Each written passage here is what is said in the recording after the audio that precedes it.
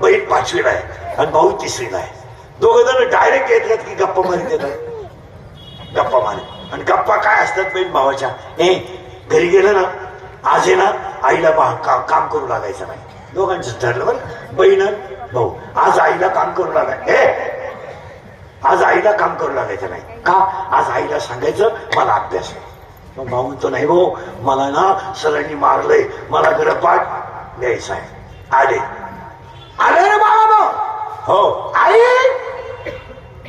आज आम्ही तुला कपड्याला घड्या घालू लागणार नाही, खाल्ले भांडे वर ठेवू लागणार नाही. अरे नका ठेवू बाबा, का, आम्हाला अभ्यास करायचा आहे. बसा अभ्यासाला. बहीण भाऊ बसले अभ्यासाला. बहीण काय म्हणते माहिती भावाला, मला एक आकृती काढून दे ना, दे ना एक आकृती. तो म्हणतो देईन भाऊ, पण माझा निबंध तुला द्यावा लागेल. तू माझा निबंध दे, मी तुझी. आपण त्या भावाला अशी आकृती काढायची, अशी बहिणीला दाखवायची. वहीत नाही काढायची, कागदावर.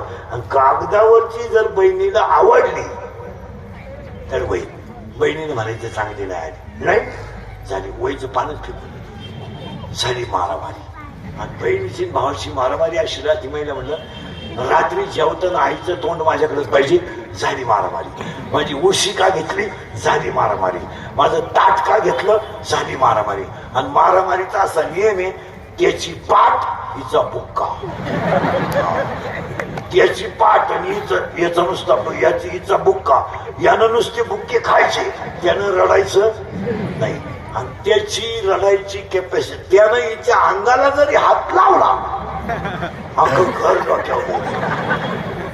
आणि आता पोरीनं उत्तर द्या, भावाची मार खाण्याची कॅपॅसिटी संपली.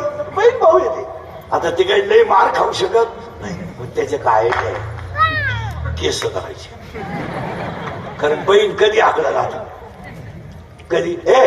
कधी आकडं केस राहिल्यावर. आता बहीण आकडली ना, मग बहीण काय म्हणते माहिती का, केस राहिल्यावर केस सोडा. मग आता आपण पाया पडलाय, बर पडले, मन परत मारणार नाही, बर परत नाही मारणार. आता सगळ्या मुली उत्तर द्या, केस सोडून दिल्यावर भाऊ थांबवतो का पळून जातो, पळून जातो. आणि कोणाकडे जातो, आईकडं. आता खोटं नका बोलू बर का. बहीण तुमची बाजू घेते का आईची, आई तुमची बाजू घेते का बहिणीची, म्हणजे मुलीची घेते का भावाची. करेक्ट. आई तुम्हाला काय म्हणते, एवढी मोठी तोंडगी झाली त्याला मारते वय बाजूला. किती आनंद आहे मला, हो मला हा आनंदच राहिला नाही मला. नाही तर 12वीला भाऊ जाईपर्यंत आणि 10वीला बहीण जाईपर्यंत सेपरेट ताट नव्हतं जेवायला,